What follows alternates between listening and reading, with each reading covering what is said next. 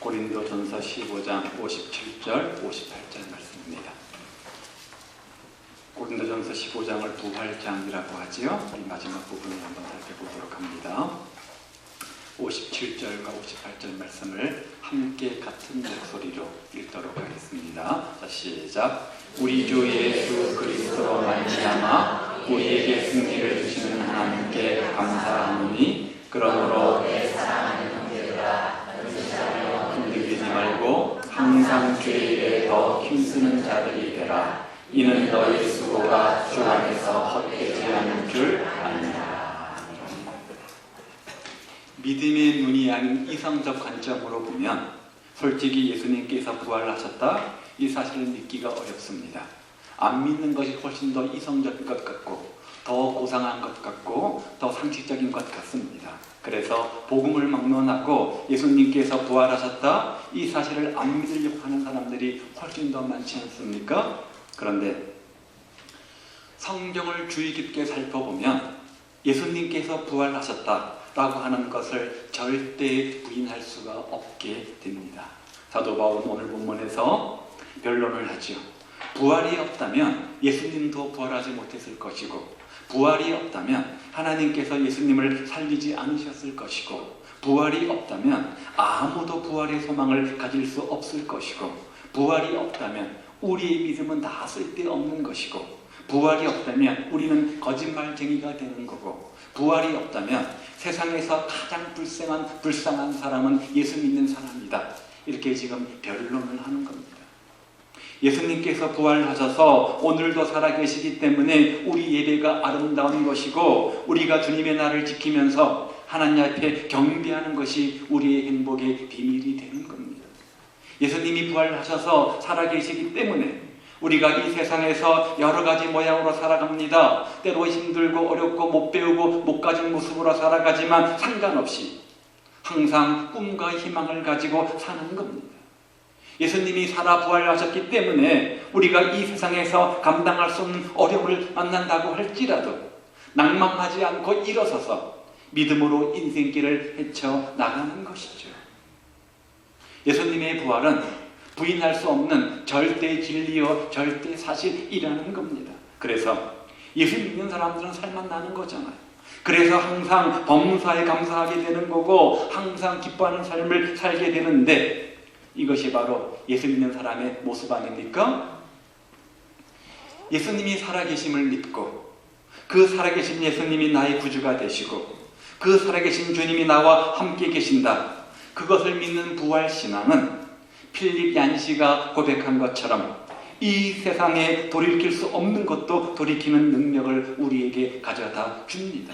심지어 죽음까지도 이기게 하는 죽음도 뛰어넘는 그런 놀라운 초능력을 우리에게 주는 겁니다.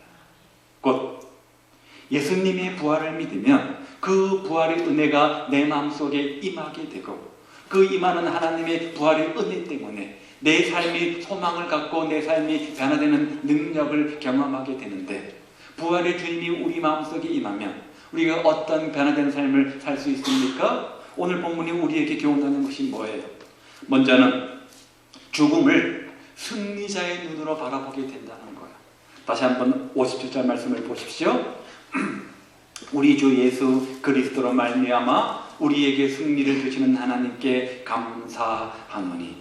어떤 하나님께 감사한다고요? 우리에게 승리를 주시는 하나님. 어떤 승리를 주시는 것을 말하는 겁니까? 죽음에 대한 승리를 말하는 겁니다. 따라서 우리 주 예수 그리스도로 말미암아 우리에게 죽음에 대해서 승리를 주시는 하나님, 이렇게 이해하면 더 빠를 것 같습니다. 죽음을 승리케 하시는 그 주님께 감사한다, 이렇게 말하고 있는 거죠. 이처럼 예수님의 부활을 믿으면 죽음을 승리자의 눈으로 보게 된다는 거예요. 우리는 어떤 면에서 죽기 위해 태어난 사람 아닙니까? 태어날 때부터 우리는 죽음을 향해서 카운트다운이 시작된 존재들입니다. 죽음이라고 하는 종착역을 달려가는 기차와 같은 것이 우리 인생이잖아요. 죽음이라는 것은 인간이라면 누구나 건너야 되는 강이고 모두가 갖는 공통분모고 모두가 갖는 딜레마, 우리의 과제요 숙제가 아닙니까? 따라서 우리는 한순간도 죽음이라는 것을 떼놓고 어떤 문제를 생각하지 못합니다. 인생을 이야기할 때, 삶을 이야기할 때 항상 꼬리뼈처럼 붙는 것이 있는데 그게 뭡니까? 죽음이잖아요. 그래서 세상에서는 생명과 죽음은 너무나 자연스러운 것입니다. 생명이 있습니까? 그러면 또한 죽음도 있습니다. 태어납니까? 그러면 또한 죽습니다. 생명, 죽음, 이것은 너무나 자연스러운 것입니다. 그래서 생명만큼 자연스러운 것 또한 죽음이기도 합니다. 우리는 이런 세상에 살고 있습니다. 통계를 보면 우리나라에 1년에 죽는 사망자 수가 25만 명이 넘는다고 해요. 이처럼 죽음은 이상한 것도 아닙니다. 무서운 것도 아닙니다. 고통스러운 것도 아닙니다. 세상에 태어난 이상 너무나 자연스러운 것이 바로 생명만큼 죽음이기도 합니다. 어떤 분은 이 죽음을 가리켜서 깡패와 같아 이렇게 설명을 했어요. 깡패들은 으슥한 골목으로 사람을 끌고 가서 너 죽고 싶어? 하며 공갈을 치지 않습니까? 마찬가지로 죽음도 우리를 으슥한 골목으로 끌고 가가지고 너는 죄인이다, 반드시 죽는다, 반드시 죽을 거야 하면서 협박을 한다는 거죠. 따라서 우리로 하여금 주눅들게 만드는 것이 뭐냐? 죽음입니다. 너무나 일상적이고 당연한 것임에도 불구하고 죽음 앞에서는 우리는 두렵습니다. 무섭습니다. 어떻게 해서든 간에 그 죽음을 피하고 싶은 것이 우리의 마음이잖아요.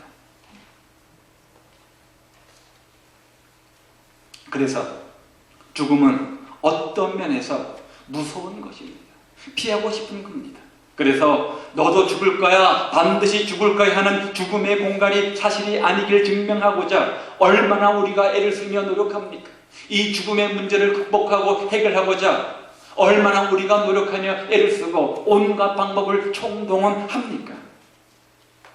아침마다 좀 더 살아보겠다고, 좀 더 건강한 인생 살아보겠다고 조깅도 하잖아요. 헬스도 하잖아요. 골프도 쳐보지 않습니까? 생식도 먹잖아요. 좋다는 음식, 좋다는 것 다 해보잖아요. 다이어트도 해봅니다. 에어로빅도 하면서 애를 씁니다. 왜 그래요? 좀 더 오래, 좀 더 건강하게 살고 싶은 욕구 때문에 그런 거죠. 그런데 그렇게 운동을 하고 몸 관리하면 물론 조금은 나아지겠죠. 70세에 죽을 사람이 80세에 죽을 수 있겠죠. 하지만 그것이 죽음을 조금 미룰 수 있을지 몰라도 그 죽음에서 면제시켜주지는 않습니다. 그 죽음에서 자유로울 수는 없는 겁니다. 결국은 죽음은 우리 기쁨을 앗아가고 우리의 평강을 빼앗아가는 원인이 되기도 합니다. 그 무엇이, 그 누구가 죽음의 협박과 공포에서 우리를 건져낼 수 있습니까? 아무것도 없잖아요. 물질이, 명예가, 권력이, 자식이, 지식이 아닙니다. 우리에게서 죽음에 대한 자유함을 주고 면제를 줄 수 있는 그 누구도 그 무엇도 없습니다. 아무리 많은 것을 가지고 있다고 할지라도, 세상에서 권세를 누리며 물질을 가지고 부유하게 산다고 할지라도, 많은 지식을 가지고 있다고 할지라도 우리 모두는 죽음이라고 하는 강을 반드시 건너야 됩니다. 이게 우리의 딜레마잖아요. 우리는 오래오래 천년만년 살고 싶은데 우리 앞에 떡 놓여있는 것이 뭡니까? 죽음이에요. 반드시 죽는다는 거예요. 그런데 그 죽음을 이기는 분이 계시다는 거예요. 그 죽음을 이기시는 분이 계시다는 거예요. 누구라는 거예요? 죽음을 이기시고 부활하신 예수님이라는 거죠. 죄와 사망의 권세를 이기시고 부활하신 예수님이라는 거요. 그분만이 죽음을 이기셨고 그분 안에서 우리도 죽음에 대해서 승리할 수 있다, 이 말 아닙니까? 죽음을 이기신 예수님, 그리고 부활하신 예수님, 그분만이 우리를 죽음의 공포에서 벗어나게 만들어주시고 죽음 앞에서 떨지 않게 만들어주시고 죽음을 정복하게 만들어준다는 겁니다. 그래서 이사야 28장 25절 말씀에 보면 예수님께서 오시면 사망을 영원히 멸하실 것이다, 이렇게 말하잖아요. 오늘 15장 22절도 보면 아담 안에서 모든 사람이 죽은 것 같이 그리스도 안에서 모든 사람이 삶을 얻으리라. 첫사람 아담 때문에 온 인류의 죽음이 왔는데 두 번째 사람 아담 때문에 온 인류가 주님 안에서 산다, 이렇게 말하잖아요. 그리고 26절에 넘어가면 맨 나중에 멸망받을 원수가 뭐라고요? 사망이다, 이렇게 말하잖아요. 예수님께서 마지막으로 처리할 원수가 사망이라는 거예요. 예수님께서 죽음을 이기셨기 때문에 죽음을 정복하셨다, 이 말 아닙니까? 그러므로 예수 안에 있는 자들에게는 결코 죽음이 두렵지 않습니다. 죽음 앞에서 항복할 이유가 전혀 없는 겁니다. 우리 주님이 죽음으로부터 우리를 구원해 주셨기 때문에 그런 거죠. 그러므로 우리는 죽음을 더 이상 패배자의 눈으로 보지 않습니다. 승리자의 눈으로 죽음을 대합니다. 그런데 우리 성도들이 그렇게 죽음을 극복할 수 있는 비결이 뭡니까? 그 해답이 뭐예요? 바로 주님의 부활입니다. 그렇게 죽음을 패배자의 시각이 아닌 승리자의 시각으로 바라볼 수 있게 된 계기가 주님께서 죽음을 이기시고 부활하셨기 때문입니다. 그리고 그 주님의 부활을 참으로 믿는다면, 그 부활을 우리가 확신한다면 죽음은 더 이상 우리의 딜레마요, 시험거리요, 무서움거리가 아니라는 거죠. 죽음은 잠시의 안식에 불과한 겁니다.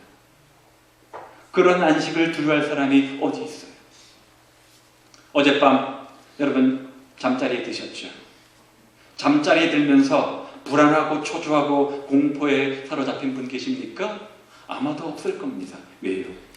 믿음 때문이죠. 어떤 믿음이냐? 내가 이 밤에 잠을 자지만 내일 아침이 되면 눈을 뜰 거다. 그리고 새로운 하루가 시작될 것을 믿었기 때문 아닙니까? 그래서 예수님의 제자들이 나사로가 죽었다 이렇게 보고할 때 주님께서 뭐라고 반응하셨어요? 아니다. 그가 잠을 자고 있다. 성경은 곳곳에서 성도의 죽음을 가리켜서 사망, 죽음 이렇게 표현하지 않고 잠을 잔다 이렇게 말합니다. 잠잔다는 말의 의미가 뭐예요? 지금은 잠을 자지만 조만간 깬다는 전제가 있는 겁니다. 주님이 보시는 성도의 죽음은 어떤 의미이냐? 영원한 죽음이 아니라 잠깐 자는 안식에 불과하다는 거예요. 조만간 예수님의 은혜 안에서 깬다. 이것이 바로 성도의 죽음입니다. 그러면서 유명한 말씀을 하시잖아요. 나는 부활이요 생명이니 나를 믿는 자는 죽어도 살겠고. 부활이라고 하는 것, 이것은 죽음에 대한 예수님의 처방책입니다. 죽음을 이기는 가장 확실한 방법이 뭐냐? 바로 부활이다. 이것을 주님께서 시청각 교제로 보여주신 겁니다. 예수님 자신이 이 승리를 입증하기 위해서 친히 십자가에 죽으셨고 그리고 3일 만에 부활하셨습니다. 그리고 내가 살았으니 너희도 살리라. 내가 살았으니 너희도 살리라. 이렇게 말씀을 하시는 겁니다. 그러면 이런 승리를 보장받은 우리는 어떠해야 됩니까? 다시 한번 57절 말씀을 보십시오. 우리 주 예수 그리스도로 말미암아 우리에게 승리를 주신 하나님께 뭐라고요? 감사하노니. 감사하는 거예요. 뭘요? 죄와 사망의 문제, 죽음의 문제를 해결해 주신 그 하나님께 감사하는 마음을 갖는 거예요. 바울은 이 놀라운 감사를 찬양으로 표현하고 있는데요. 57절 앞에고 55절 6절이죠. 이것은 찬양으로 되어 있습니다. 찬양시입니다. 사망아 너의 승리가 어디 있느냐? 사망아 너가 쏘는 것이 어디 있느냐? 사망에 쏘는 것은 죄요 죄의 권능은 율법이라. 사망이 우리를 더 이상 이길 수 없다는 겁니다. 그동안 율법에 의해서 정죄되고 우리는 죽음을 피할 수 없었지만 이제 부활의 소망으로 말미암아, 부활의 희망으로 말미암아 우리는 죽음의 지배에서 자유를 얻게 되었다는 겁니다. 더 이상 사망이 우리에게 왕노릇하지 못하게 되었다는 겁니다. 그래서 더 이상 우리는 그 죽음을 두려워할 필요가 없는 존재가 되었다는 거예요. 왜요? 죽음이 마지막이 아니기 때문입니다. 뭐가 있다는 거예요? 부활이 있다는 거예요. 부활이 있다는 거예요. 그러니 어찌 감사가 없을 수 있습니까? 그러니 어찌 찬양하지 않을 수 있습니까? 우리가 예수 믿고 다른 것은 몰라도 죽음의 문제를 확실하게 해결받고 살게 된 겁니다. 이것 하나만으로도 영원히 감사하며 살아야 할 이유가 우리에게 있는 거잖아요. 뿐만 아니라 우리가 죽음을 이기는 것으로 끝나지 않습니다. 우리는 이제 예수님처럼 신령한 몸을 입게 되어 있습니다. 육신의 몸을 입는 대신 영의 몸을 입게 되어져 있고, 썩을 몸 대신 썩지 아니할 몸을 입게 되고, 욕된 몸 대신 영광스러운 몸을 입게 되어지고, 약한 몸 대신 강한 몸을 입게 됩니다. 그래서 주님처럼 영원히 영광스러운 몸을 가지고 살게 되어지는데, 이것을 가리켜서 영화다 이렇게 말하는 거죠. 따라서 죽음을 뛰어넘어 그 위에 있을 놀라운 하늘의 영생의 축복까지 주님께서 우리에게 안겨주셨는데, 그 비결은 부활이라는 거죠. 부활의 주님은 우리에게 제사뿐만 아니라 영생의 소망까지도 우리에게 주신 겁니다.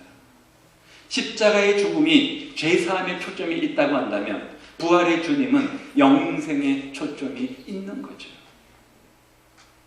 그래서 우리는 그 부활의 주님 안에서 죽음을 보는 눈이 달라지게 된 겁니다.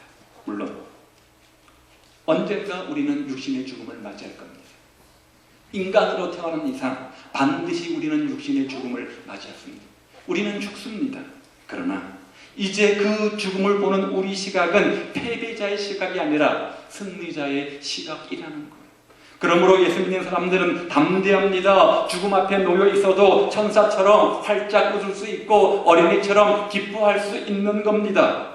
예수님께서 부활하셨기 때문이죠. 그리고 우리도 그 예수님 따라 부활할 것을 믿기 때문이죠. 예수님께서 사망의 권세를 짓밟고 승리하셨기 때문 아닙니까? 나중에 예수님이 영원히 사망을 멸하실 것이기 때문입니다. 이 사실을 믿기 때문에 우리는 죽음 안에서, 죽음 앞에서 승리자의 태도를 가질 수 있는 겁니다. 두 번째 변화는요, 세상에서 우리로 하여금 흔들리지 않고 견고한 신앙인의 삶을 살도록 만들어주죠. 58절 말씀 보십시오. 견실하며, 이전 성경 견고라고 되어 있는데요, 견고하며 흔들리지 말고. 그런데 우리가 이 세상 살아가는 동안 우리를 흔드는 것이 얼마나 많이 있는지 몰라요. 우리 모두 굉장히 믿음이 좋은 것 같지만 사실 아닙니다. 조그만 문제가 오면 우리 마음은 흔들립니다. 우리 신앙은 흔들립니다. 굉장히 믿음이 좋은 것 같아 보여도 어떤 때는 배가 흔들리듯이, 지진이 흔들리듯이 흔들릴 때가 얼마나 많이 있습니까? 믿음의 의심이 생기고 하나님의 존재의 의심이 생기고 신앙생활의 회의가 어디 한두 번 찾아옵니까? 그만큼 세상은 너무나 악하고 너무나 더럽고 너무나 예기치 않는 일들이 많이 일어나고 앞날을 생각하면 불안하기 짝이 없기 때문이죠. 한 치 앞을 내다볼 수 없는 것이 인생이잖아요. 요즘 우리나라가 진도의 여객선 침몰 사건으로 깊은 우울 가운데 침울한 마음들을 가지고 있습니다. 그 학생들 어찌 그런 일이 일어날 거라고 요만큼 더 생각했겠어요. 아무도 그 일들을 예견치 못했습니다. 뜻밖의 이런 불행은 찾아오는 겁니다. 한 치 앞을 내다볼 수 없는 것이 우리의 인생입니다. 산 넘어 상이요 강 건너 강, 이런 것들이 우리의 존재 근거를 흔드는 경우가 얼마나 많이 있습니까? 그런 문제 앞에 직면하게 되어지면 우리 마음이 흔들립니다. 우리 신앙이 흔들립니다. 신앙의 회의가 찾아옵니다. 그런데 오늘 말씀이 뭐라고요? 견실하며 흔들리지 말고. 우리 인생은 비바람 같고 폭풍우 같은데 저 바닥에 떠있는 배같이 흔들릴 수밖에 없는 것이 우리의 환경과 조건인데 주님은 뭐라고 말씀하세요? 흔들리지 말라, 견고하라, 이렇게 말씀하는 겁니다. 그 이유가 뭡니까? 부활하신 예수님은 하나님으로부터 권세를 받으셨습니다. 어떤 권세요? 하늘과 땅에 있는 모든 권세를 하나님이 누구에게 위임하셨어요? 예수님께 가졌어요. 부활하신 예수님은 모든 이름이 뛰어난 이름이 되셔서 하늘에 있는 자들과 땅에 있는 자들과 땅 아래에 있는 자들, 모든 사람들이 그분 앞에 무릎 꿇고 경배하며 그분을 향해서 주님이라고 고백하게 만드셨습니다. 하나님이 온 우주 만물을 통치할 권세를, 왕권을 우리 예수님에게 주셨습니다. 그러므로 예수님은 제일 높으신 분이십니다. 제일 힘이 센 분입니다. 제일 강한 분입니다. 이분이 누구라고요? 부활하신 주님이라는 것. 더 놀라운 것은 그 부활한 주님이 마지막 승천하시면서 우리에게 한 가지 약속을 하셨어요. 마태복음 28장이죠. 볼지어다 내가 세상 끝날까지 너희와 항상 함께 있으리라. 항상 우리와 함께 동행하겠다 이렇게 약속해 주셨습니다. 그러므로 우리는 더 이상 혼자가 아닙니다. 부활하신 주님, 하늘과 땅의 모든 권세를 가지신 그 주님이 함께하는 인생을 사는 겁니다. 그러므로 그분을 의지하고 흔들리면 안 된다는 거죠. 부활의 주님이 함께 하시는데, 모든 권세를 가지신 그 주님이 내 일상 속에 임마누엘 함께 하시는데 우리 믿음이 흔들리면 되겠습니까? 안 되죠. 견고해야 되지 않겠어요? 부활의 주님을 만난 사람은 흔들리지 않습니다. 신앙의 회의가 안 옵니다. 신앙의 의심이 안 옵니다. 우리 믿음이 강하면 강할수록 흔들리지 않을 겁니다. 세 번째 변화는, 부활신앙은 우리로 하여금 주의 일에 더 힘쓰게 만들죠. 58절 하반절 말씀 보세요. 항상 주의 일에 힘쓰는 자가 되라. 이는 왜요? 너희 수고가 주 안에서 헛되지 않은 줄 알미라. 항상 주님의 일에 힘쓰는 자가 되는데 그 이유는 이 수고들이 헛되지 않기 때문이라는 거예요. 주의 일이 뭡니까? 예수님이 기뻐하신 일이 주의 일이죠. 부활하신 주님이 기뻐하시는 일, 우리는 이것을 가리켜서 주의 일이다. 내가 이런 생각을 하고, 내가 이런 행동을 하고, 내가 이런 말들을 했을 때 주님이 기뻐하실 것인가 아닌가 생각해보면 간단합니다. 내가 이런 말, 이런 생각, 이런 행동을 할 때 주님께서 기뻐하실 것 같으면 그 일은 주님의 일이 되는 거예요. 아니면요, 주님의 일이 아닌 거죠. 이양 한번 세상을 살 바에는 나를 구원해 주신 부활의 주님을 좀 더 기쁘시게 하기 위해서 노력하는 것, 당연한 것 아니겠어요? 의미 있는 인생 아니겠어요? 따라서 우리 예수 믿는 사람들은 평범한 일상생활에서도 얼마든지 주님이 기뻐하신 일이 되도록 노력할 필요가 있다는 거예요. 우리가 대단한 인생을 사는 건 아니잖아요. 그러나 평범한 보통 인생 가운데도 얼마든지 우리가 하는 일들을 통해서 그 일이 하나님이 기뻐하시는 주의 일이 될 수 있다는 거죠. 가정주부, 아내들이 집안에서 하는 일이 뭡니까? 청소하고 빨리하고 밥하고 자녀 키우고 남편 뒷바라지하는 이런 자질구레한 일들이죠. 그런 일들이 얼마나 많습니까? 집안일을 해보면 느끼는데요, 해도 티가 안 나요. 열심히 청소했는데 금방금방 방이 서걱서걱하고 금방 닦았는데 금방 지저분해지고 해도 끝이 없는 게 집안일이에요. 알아주지도 않는 일 굉장히 힘들어요. 우리 자매들 잘 알아둬요. 네, 힘들어요. 제가 해봐서 알아요. 그런데 그런 일들도 주님을 기쁘시게 하는 주의 일이 될 수 있다는 겁니다. 어떻게 해요? 하나님, 이 모든 일들 보잘것없는 자질구레한 일들이지만 주님께서 나에게 주셔서 사명감으로 알고 합니다. 내가 이렇게 일들을 할 때 우리 가정이 행복해지고 우리 가정이 평안해지고 내 자녀, 내 남편이 더욱더 공부와 여러 가지 직장일에 잘할 수 있다면 그것을 내가 기꺼이 주님의 일로 여기겠습니다. 그런 마음으로 이 일을 하면 이것은 주님의 일이 되는 거예요. 그 일은 주님을 기쁘시게 하는 일이 되는 거예요. 직장에 나가서 아침부터 상간의 눈치를 봐가면서 하루 종일 견디는 것도 보통 스트레스가 아닐 겁니다. 그러나 그건 모두가 주님의 일이 될 수 있습니다. 주님, 제가 여기 와서 이렇게 하는 것 뭐 죽지 못해서 억지로 하는 줄 아십니까? 아닙니다. 다 주님을 위해서 직장 생활을 하는 겁니다. 세상의 빛대라고 하셨잖아요. 세상의 소금대라고 하셨잖아요. 그리고 여기서 벌어서 헌금도 하잖아요. 여기서 벌어서 내 자식들 키우고 다 주일하지 않습니까? 그러니 도와주십시오. 이렇게 우리 마음이 부활한 주님을 향해서 항상 열려 있으면, 그런 마음을 가지면 내가 하는 평범한 직장 일도 모두가 주님을 기쁘시게 하는 주님의 일이 되는 거죠. 여기 이 자리에 서서 설교만 한다고 그것이 주님의 일입니까? 기도만 하고 예배드린다고 그것만 주님의 일은 아니잖아요. 그리고 우리에게 일상생활과는 구별되는 특별한 일들도 있습니다. 그 일에 전심을 다하려고 노력하는 것, 이것이 바로 주님의 일이죠. 전도를 하는 일, 가난한 자를 돕는 것, 이 세상의 불의를 견제하기 위해서 어떤 운동을 벌이는 것, 교회에 와서 봉사하고 예배하고 기도하는 일, 이 모든 것들은 특별한 일이죠. 이런 일에 전력을 다해서 열심을 내서 최선을 다해서 마음을 바치고 애를 쓸 때 이것이 주를 기쁘시게 하는 주님의 일이 되는 겁니다.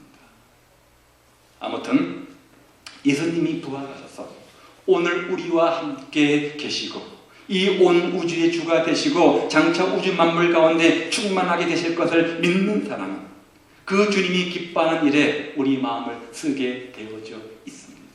부활의 신앙, 부활의 소망이 있는 사람 함부로 신앙생활 못합니다. 하나님 사람이 되려고 노력합니다. 엉터리로 믿지 않을 거예요. 그런 부활의 주님을 만난 우리가 해야 될 일이 뭐예요? 부활의 증인되는 겁니다. 부활의 증인되는 것. 부활의 주님 얼굴에 환한 웃음 짓게 하는 가장 확실한 방법이 뭐냐? 그 부활한 주님을 내가 입을 벌려 증거하는 거죠. 이것이 주님의 일이요, 이것이 주님을 기쁘시게 하는 가장 확실한 방법 아니겠습니까? 생각해 보세요. 적어도 여러분이 지금 살고 있는 그런 형편없는 삶을 살라고 그 모습 보시려고 주님께서 십자가에 죽으시고 부활하신 것은 아니잖아요. 좀 더 나은 기대를 가지고 십자가에 죽으시고 부활하신 것 아니겠습니까? 내 대신 내 인생을 너희들이 살아다오, 그렇게 마지막으로 부탁하시고 죽으신 것 아니에요.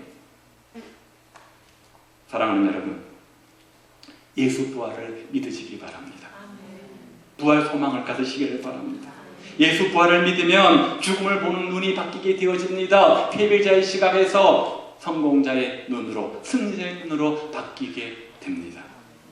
예수 부활을 믿으면 이 세상이 아무리 우리를 흔들어대도 결코 흔들지 않는 견고하고 든든한 믿음의 주인공 될 수 있습니다. 예수 부활을 믿으면 더욱더 주의 일, 전도하는 것, 양육하는 것, 하나님의 사람이 되고자 힘쓰는 일에 최선의 삶을 드리게 되어집니다. 이것이 부활의 주님을 만난 우리의 삶의 모습 아닙니까? 이것이 부활 공동체의 모습 아닙니까? 이와 같은 놀라운 은혜가 저와 우리 모두에게 충만히 임하게 되시기를 주님의 이름으로